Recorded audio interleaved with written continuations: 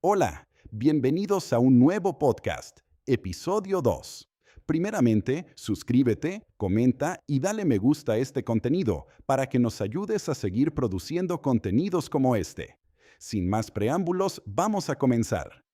En 2007, la junta directiva de ExxonMobil básicamente abandonó Venezuela jurando no volver jamás, dando un portazo histórico. Tras una ola de nacionalizaciones, iniciaron estos litigios exigiendo unos 10.000 millones de dólares en tribunales internacionales. Y años después, su propio director ejecutivo calificó al país sudamericano como un territorio, y cito, ininvertible. Una palabra fuerte, fuerte y clarísima. Un lugar donde el riesgo simplemente superaba cualquier posible beneficio. Pero a ver, los titulares de hoy muestran a esta misma corporación empacando equipos técnicos para enviar a sus ingenieros de regreso al mismo lugar del que salieron huyendo. Es fascinante, la verdad. Entonces, la pregunta para arrancar es, ¿qué tiene que pasar en el mundo para que el gigante petrolero más estricto del planeta, digamos, perdone y olvide casi 2 décadas de hostilidad legal? Bueno, la respuesta corta a esa aparente contradicción se resume en un número y en un evento geopolítico sin precedentes: $120 por barril. ¡Wow! Sí, y un cambio de régimen que reescribe por completo desde cero el mapa de riesgos. Hoy es 13 de abril de 2026 y para quienes nos escuchan, tenemos que empezar dibujando el panorama global, porque el tablero energético está francamente irreconocible en este momento. Totalmente. Según el reporte de marzo de la Agencia Internacional de Energía, el mercado petrolero global enfrenta ahorita mismo la mayor interrupción de su historia registrada. La escalada de la guerra en el Medio Oriente ha resultado en un bloqueo casi total del estrecho de Hormuz, y no estamos hablando de un cuello de botella menor, para nada. Para ponerle magnitud a ese evento, el bloqueo está restando aproximadamente 8 millones de barriles diarios al suministro global. 8 millones. Exacto. En una industria donde un déficit de 500.000 de barriles ya causa pánico absoluto en las bolsas, pues 8 millones es un cráter en la cadena de suministro. Claro, es una locura, es una cifra monumental. Y eso explica perfectamente por qué el precio del crudo está rompiendo el techo de los $120. Y el resultado directo de esa asfixia global, digamos, es que los ojos del mundo, buscando desesperadamente fuentes de energía alternativas, se han volcado hacia la reserva probada más grande del planeta. Así es. Y para nuestra audiencia, vamos a establecer los hechos de hoy tal cual se reportan en nuestras fuentes de manera totalmente objetiva. El 3 de enero de este año, 2026, fuerzas estadounidenses capturaron al dictador Nicolás Maduro.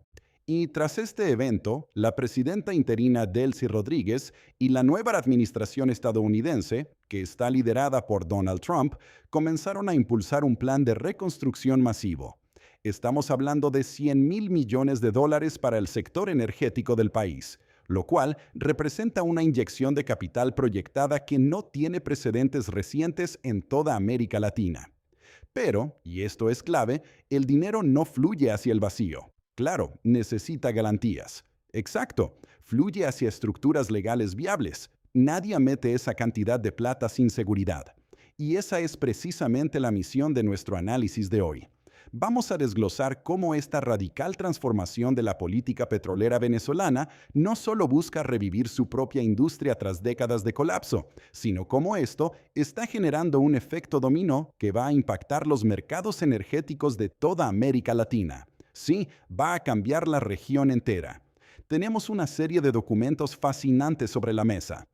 Tenemos informes de la Agencia Internacional de Energía, análisis legales rigurosos de las firmas Holland Knight y JD Supra, y también despachos de Reuters, Argus Media y de Investing.com. Y el punto de partida obligado para entender este efecto dominó, a ver, no está en los pozos de extracción, está en los parlamentos. En las leyes, claro, tal cual.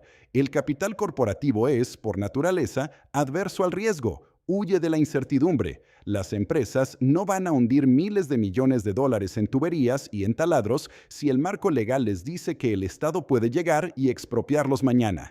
Entonces, veamos cómo se armó este nuevo rompecabezas legal. El 29 de enero se aprobó una enmienda a la Ley Orgánica de Hidrocarburos, y leyendo los análisis de Holland and Knight, te juro que me detuve varias veces porque esto rompe con un dogma histórico del país. Sí, es un cambio de paradigma total. Históricamente, existía un monopolio operativo estatal inquebrantable. Solo las entidades del Estado o las empresas mixtas donde el Estado tenía mayoría accionaria podían realizar exploración y producción. Ese era el modelo clásico, el Estado como operador supremo. Bueno, pues la nueva reforma ataca directamente ese núcleo. Ahora permite que empresas privadas, 100% privadas, realicen actividades primarias, o sea, perforar y extraer por su cuenta. Exacto. Y lo más crucial de todo, les permite comercializar el crudo y sus derivados directamente en los mercados internacionales. El Estado venezolano sigue siendo el dueño de los yacimientos en el subsuelo. Claro, la soberanía. Exacto. Eso mantiene el principio constitucional de soberanía, pero la operación diaria y la venta cambian completamente de manos. Y hay un detalle burocrático en los reportes de JD Supra que, a ver, muestra el nivel de urgencia de esta reforma. Las nuevas empresas mixtas ahora se forman por un simple decreto presidencial, así de rápido. Sí, han eliminado el requisito de pasar por ese proceso legislativo tan lento y politizado de la Asamblea Nacional.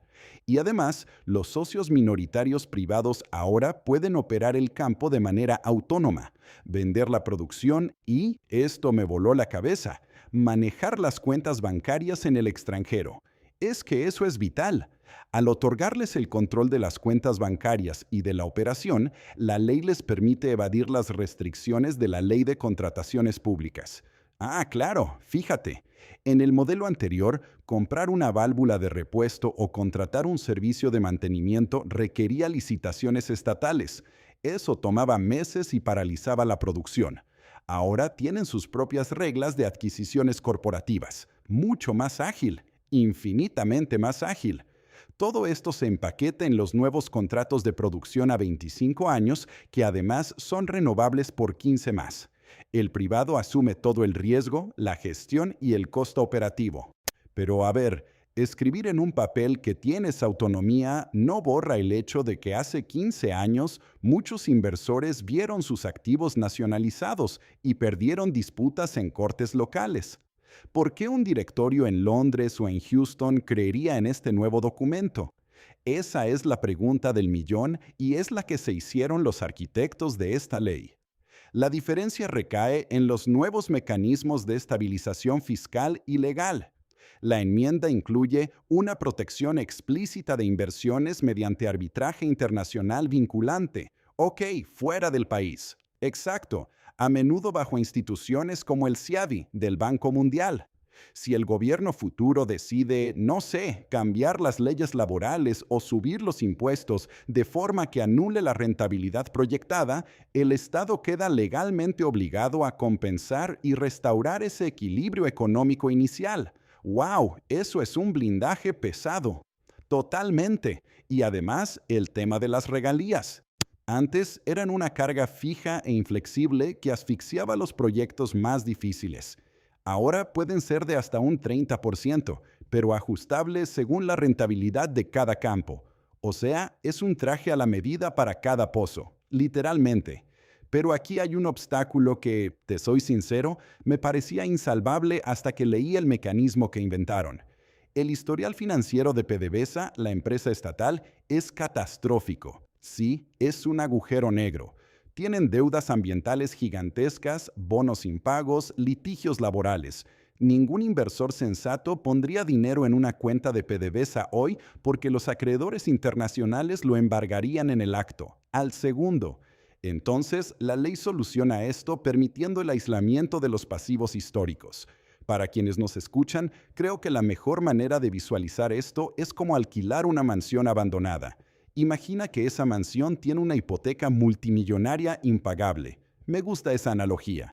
Bueno, el nuevo inquilino recibe las llaves, mete su dinero para remodelarla y vivir ahí. Pero la nueva ley establece un muro de contención absoluto que le garantiza que el banco nunca, pero nunca podrá tocar sus muebles ni cobrarle la deuda del dueño anterior. Es que el concepto de aislar los pasivos era el requisito indispensable de Wall Street. Sin esa barrera legal, el proyecto completo era financieramente inviable. Han creado entidades de propósito especial que aíslan todos los ingresos nuevos de los pecados financieros del pasado. Y es una teoría legal impecable sobre el papel. Pero, a ver, los mercados de futuros no reaccionan a teorías legales, reaccionan a barriles físicos, a los hechos, a los hechos. Y los reportes de investing.com que salieron justo hoy, 13 de abril, confirman que las petroleras ya están haciendo movimientos pesados sobre el terreno. Chevron acaba de firmar un acuerdo de intercambio de activos bastante agresivo del país y a cambio recibe el área petrolera Ayacucho 8 y aumenta su participación accionaria en la empresa mixta Petroindependencia. Pasan del 35,8 al 49%. O sea, todo su esfuerzo se está concentrando en la faja petrolera del Orinoco. Exacto. Y mencionamos la faja del Orinoco todo el tiempo cuando hablamos de Venezuela, pero creo que a veces se pierde la escala de lo que es realmente. No es simplemente un lugar donde hay muchos taladros juntos. No, es masivo. Es un territorio continuo de más de 55,000 kilómetros cuadrados en el centro del país. Para ponerlo en perspectiva, es más grande que toda Costa Rica. Y el Servicio Geológico de los Estados Unidos estima que contiene unos 513,000 millones de barriles técnicamente recuperables de crudo extrapesado. Sí, pero fíjate que la palabra clave ahí es extrapesado. Extraer ese crudo no es como perforar en Texas y ver salir un líquido ligero y fácil de mover. Claro, no sale a presión. No, es crudo denso. Tiene la consistencia de la melaza a temperatura ambiente. Entonces, requiere inyectar diluyentes costosos o usar mejoradores térmicos multimillonarios para que pueda fluir por los oleoductos hasta los puertos. Por eso requiere los enormes bolsillos de los gigantes corporativos y la nueva flexibilidad legal que acabamos de detallar. Sin eso, los números no dan, lo cual nos devuelve a la gran ironía que planteamos al inicio. ExxonMobil anunció que enviará a sus equipos técnicos para evaluar la infraestructura en el Orinoco. Espera, hace un tiempo el CEO de ExxonMobil dijo que Venezuela era ininvertible. ¿Qué cambió tan drásticamente para que ahora quieran volver al lugar donde perdieron miles de millones en la década de los 2000? Bueno, la justificación de ellos es tripartita. Primero, el crudo a $120 altera cualquier ecuación matemática. El margen de ganancia potencial ahora mismo simplemente diluye el riesgo a largo plazo. Claro, a ese precio vale la pena el riesgo. Exacto. Segundo, ExxonMobil conoce el subsuelo del Orinoco mejor que muchos. Ellos operaron ahí con márgenes extraordinarios antes de 2007 y saben que el riesgo geológico, o sea, el riesgo de perforar y no encontrar petróleo, es literalmente cero. El petróleo está ahí, saben dónde pisar. Tal cual. Y tercero, bajo los nuevos contratos de producción, ellos operan, ellos exportan y ellos cobran primero. No tienen que sentarse a esperar que un burócrata estatal les firme un cheque. Es un cálculo puramente pragmático. Ahora, el petróleo siempre domina los titulares porque dicta el precio global del transporte. Pero leyendo los informes del Inter-American Dialogue, queda clarísimo que para América Latina el verdadero impacto inmediato no es el petróleo oscuro y pesado del Orinoco. No, para nada. El verdadero salvavidas regional es un recurso que Venezuela trató como basura durante décadas, el gas natural. Y este es quizás el cambio de paradigma geopolítico más subestimado de toda esta transición. Mientras el mundo mira el crudo, América Latina y el Caribe enfrentan una crisis estructural y aguda de gas natural. El contraste en la región en este momento es, dramático. Los despachos de Argus Media reportan la situación en Perú, que acaba de declarar una emergencia nacional de gas debido a una fuga masiva en el gasoducto de Megantoni. Una crisis total. Es una infraestructura crítica que cruza la Amazonía y los Andes. Tuvieron que declarar fuerza mayor, detener por completo las exportaciones de gas natural licuado, el famoso GNL, e implementar racionamientos internos severos. La industria peruana está paralizada y sus clientes internacionales se quedaron sin suministro de la noche a la mañana. Y, a ver, Perú no es un caso aislado. Vemos declives alarmantes en la producción de gas en Colombia y Argentina, que luchan por abastecer sus propios mercados internos, todos buscando gas al mismo tiempo. Y comprar GNL en el mercado abierto internacional hoy, compitiendo contra Europa y Asia en medio de una crisis en el Medio Oriente, bueno, es económicamente ruinoso para las economías latinoamericanas. Y aquí es donde entra Shell. Los despachos de Reuters indican que Shell está en negociaciones avanzadísimas para desarrollar los campos marinos del proyecto Mariscal Sucre. Estamos hablando de los campos Dragón, Río Caribe, Patao y Mejillones. Sí, y además tienen en la mira el bloque Lorán, que es exactamente el mismo bloque de gas que Chevron acaba de devolver hoy en su intercambio de activos. Y la magnitud del bloque Lorán explica el interés voraz de Shell. Es un campo transfronterizo que comparte límites marítimos. Solo del lado venezolano, las reservas probadas estiman unos increíbles 7,3 billones de pies cúbicos de gas. Es una barbaridad. Es una cantidad suficiente para alterar la matriz energética de varios países a la vez. Pero hay una dinámica operativa en estos despachos que, mira, me llama muchísimo la atención. Si Venezuela tiene una de las reservas de gas natural más masivas del hemisferio occidental, ¿por qué simplemente no licuan su propio gas y lo venden en barcos al resto del mundo? Se quedarían con todo el margen de ganancia. Claro, o sea, es como tener una granja inmensa llena de los mejores ingredientes agrícolas, pero no tener una cocina propia. Así que decides pasarle todos los vegetales frescos al vecino por encima de la cerca para que él prepare la cena, la empaque y la venda a los restaurantes. Esa analogía de la cocina captura perfectamente el cuello de botella ingenieril y financiero. Para exportar gas natural por barco, tienes que convertirlo en líquido, y las plantas de licuefacción que enfrían el gas a menos 162 grados Celsius son obras de ingeniería titánicas, que no se construyen en 2 días. PDVSA tenía un modelo de negocio exclusivamente líquido. Extraían petróleo y veían el gas asociado como un subproducto molesto. Un estorbo, sí, un estorbo. Durante años practicaron el flaring, que es la quema rutinaria de hasta 2.000 millones de pies cúbicos diarios de gas en la atmósfera, simplemente porque no tenían qué hacer con él. Jamás construyeron la infraestructura para procesarlo. Mientras tanto, el vecino del que hablábamos tiene la cocina más grande de la región. A solo millas náuticas de estos campos venezolanos está Trinidad y Tobago, que posee Atlantic LNG, que es una inmensa planta de procesamiento y licuefacción con acceso directo a los mercados globales. Y el problema de Trinidad es diametralmente opuesto. Tienen una infraestructura de clase mundial, pero sus propios yacimientos marinos se están agotando rápidamente. Su planta ha estado operando muy por debajo de su capacidad por pura falta de materia prima. Se quedaron sin vegetales para cocinar. Exacto. Entonces, la sinergia comercial era inevitable. El plan estructurado por Shell es perforar pozos submarinos en el lado venezolano del bloque Lorán y tender ductos submarinos directos hacia su plataforma Manati, que ya opera en aguas de Trinidad. O sea, conectan la granja directamente con la cocina industrial del vecino. Venezuela monetiza un recurso que antes quemaba al aire libre, y Trinidad revitaliza su industria de exportación. Es un ganar-ganar absoluto. Es un salvavidas brillante para el déficit crónico de gas en la cuenca del Caribe. Pero, a ver, como ocurre con todos los proyectos de escala monumental, nada es tan sencillo como trazar una línea en un mapa marítimo.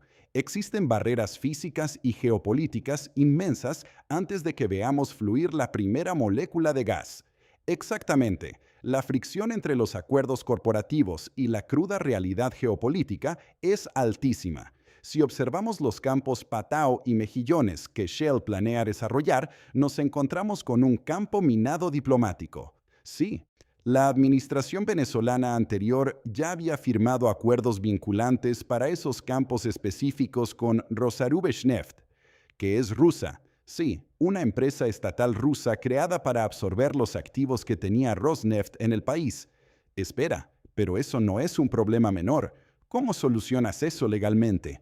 No puedes simplemente enviar un correo electrónico a Moscú cancelando una concesión a una empresa estatal rusa porque ahora tienes un acuerdo con Shell. No, imposible. Deshacer esto puede desencadenar una crisis diplomática seria, o al menos un litigio internacional que paralice los campos por otra década. Es un riesgo enorme, y los nuevos administradores lo saben. El derecho internacional protege los contratos previos, por más que haya un cambio de gobierno. Entonces, las opciones reales son muy limitadas. ¿Cuáles serían? O el Estado venezolano inicia una renegociación hostil, forzando una compensación económica masiva para comprar la salida de los rusos. O la diplomacia estadounidense interviene utilizando el levantamiento de otro tipo de sanciones como moneda de cambio geopolítica. Es un nudo gordiano que aún no tiene respuesta clara en los reportes actuales. Ya a ese nudo internacional hay que sumarle la seguridad física de la infraestructura. El reporte del Inter-American Dialogue hace hincapié en la realidad operativa terrestre. Aunque las instalaciones petroleras de alta seguridad no son el blanco principal hoy, operar en el sur del país y en regiones fronterizas implica lidiar con un ecosistema súper complejo de actores armados. Sí, ese es el día a día allá. Hablamos de bandas de crimen organizado con alcance transnacional como el Tren de Aragua, milicias locales e históricamente la presencia de guerrillas como el ELN en corredores estratégicos. A ver, las compañías petroleras tienen divisiones de mitigación de riesgos acostumbradas a operar en zonas de conflicto. Lo hacen desde el delta del Níger hasta Irak. Saben cómo blindar complejos industriales. Claro, no son novatos en esto, para nada. Pero eso añade un sobrecosto operativo gigantesco en seguridad privada y logística blindada, que merma la rentabilidad proyectada del barril. Sin embargo, hay un obstáculo aún más opresivo que las bandas armadas, y es el espectro de la deuda soberana. Y aquí es donde el análisis de la firma financiera LiquidX entra en un territorio fascinante. Para reactivar esta industria se necesitan esos $100,000 millones que mencionamos, pero el país arrastra décadas de incumplimientos de pagos en sus bonos soberanos, los famosos defaults. Exacto, los mercados internacionales de deuda los tienen bloqueados. Y lo que propone Liquidex es una acrobacia financiera utilizando instrumentos de recuperación de valor, o VRI, por sus siglas en inglés. Sí, la reestructuración de deudas soberanas colapsadas usualmente implica una quita, donde te perdonan parte de la deuda. Exacto, donde los acreedores aceptan perder un gran porcentaje de su dinero a cambio de que les paguen el resto en efectivo.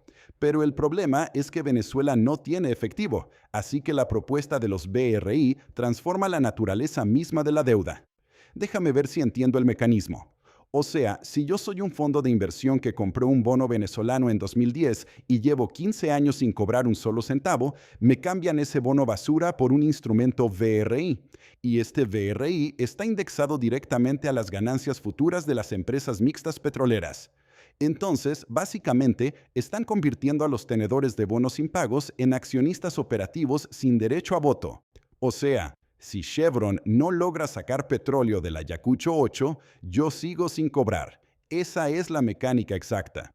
Al alinear los pagos directamente con los dividendos petroleros futuros, transformas a acreedores furiosos que querían embargar activos en aliados financieros que ahora necesitan desesperadamente que el país bombee la mayor cantidad de crudo posible. Claro, si Venezuela no bombea, nadie cobra. Comparten el riesgo operativo. Totalmente. Pero eso solo soluciona el dinero viejo. Para inyectar los miles de millones de dinero fresco que se requieren hoy para comprar maquinaria y perforar, el reporte menciona la emisión de bonos Super Senior. ¿Super Senior? Ok. Un bono Super Senior altera la jerarquía tradicional de pagos. Le dice a los nuevos inversores institucionales, mira, si inyectas capital hoy, la ley te otorga el derecho inamovible de cobrar primero. Ah, te saltas la fila. Te saltas la fila de todos los acreedores históricos. Es el mecanismo más potente que existe para atraer liquidez inmediata hacia proyectos que llevan años estancados. Es una ingeniería financiera brillante, sin duda, pero Illiquidex advierte que es como tener un motor de Ferrari sin gasolina si no se cumplen ciertas condiciones macroeconómicas. Toda esta estructura financiera depende del levantamiento permanente y codificado de todas las sanciones internacionales, que no es poca cosa, y, crucialmente, de la reconexión total de las instituciones bancarias del país al sistema SWIFT. Sin la red SWIFT, no importa cuántos bonos super senior emitas, es imposible liquidar pagos corporativos internacionales a gran escala. Y ese es el eslabón crítico de todo esto. O sea, puedes cambiar las leyes internas, puedes tener el crudo geológicamente asegurado y la necesidad apremiante del mercado global. Pero hasta que el sistema financiero global no permita procesar transacciones transfronterizas de miles de millones de dólares hacia el Banco Central o PDVSA con total normalidad, la maquinaria pesada seguirá moviéndose a medias. Bueno, llegando ya al cierre de nuestro análisis de hoy, podemos ver claramente la trayectoria de este efecto dominó. Partimos de una crisis aguda en el Medio Oriente, que amputó 8 millones de barriles diarios del suministro global, elevando los precios a niveles récord. Exacto, a niveles que alteran la tolerancia al riesgo de las corporaciones petroleras más grandes del planeta. Fue un evento exógeno que catalizó y coincidió temporalmente con la reestructuración jurídica más profunda de Venezuela en el siglo XXI. Al desmantelar el monopolio estatal, proteger el capital con arbitrajes en el CIADI y aislar legalmente esas deudas históricas, pues se ha encendido una luz verde para la inversión corporativa. Una luz verde que ya está atrayendo de vuelta a gigantes cautelosos hacia la faja del Orinoco. Así es. Y el impacto colateral más fascinante no está en el crudo extrapesado fluyendo hacia refinerías en Asia o Norteamérica, sino en el gas natural marino. La sinergia logística para utilizar la infraestructura de Trinidad y Tobago posiciona los inmensos campos gasíferos de Venezuela como la respuesta directa y rápida a esta crisis energética crónica que hoy paraliza a vecinos como Perú y que amenaza al resto de Sudamérica. Es un realineamiento del mapa energético hemisférico, o sea, esto redefine quién provee la energía base de la región para la próxima década. Lo cual nos deja con una pregunta subyacente profunda, un pensamiento para que nuestra audiencia lo cuestione y explore más allá de los datos económicos que discutimos hoy. A ver, si este andamiaje legal y financiero funciona, si Venezuela logra atraer esos 100.000 millones de dólares, sortear la diplomacia rusa y resurgir como la superpotencia indiscutible de combustibles fósiles de la región, que es el escenario optimista. Exacto. La pregunta es, ¿qué efecto tendrá esto en la lucha climática? ¿Acelerará este escenario la transición hacia la energía verde en América Latina al proporcionar gas natural barato y abundante que sirva como un combustible puente estable y menos contaminante que el carbón y el diésel? O, por el contrario, esta inundación masiva de petróleo y gas a bajo costo en los mercados regionales retrasará masivamente las inversiones en energías renovables, anclando a América Latina los hidrocarburos por las próximas 2 o 3 décadas. ¡Wow! Es la paradoja central que enfrenta toda la región hoy. Un salvavidas energético a corto plazo puede convertirse fácilmente en una atadura tecnológica a largo plazo. Es una disyuntiva fascinante que sin duda definirá el futuro económico y ambiental de nuestro continente. Muchísimas gracias a quienes nos escuchan por acompañarnos a desglosar esta compleja red de poder, leyes y energía. Recuerden siempre examinar las múltiples perspectivas detrás de cada titular, porque las decisiones más importantes del mundo rara vez son blancas o negras. Hasta la próxima inmersión detallada.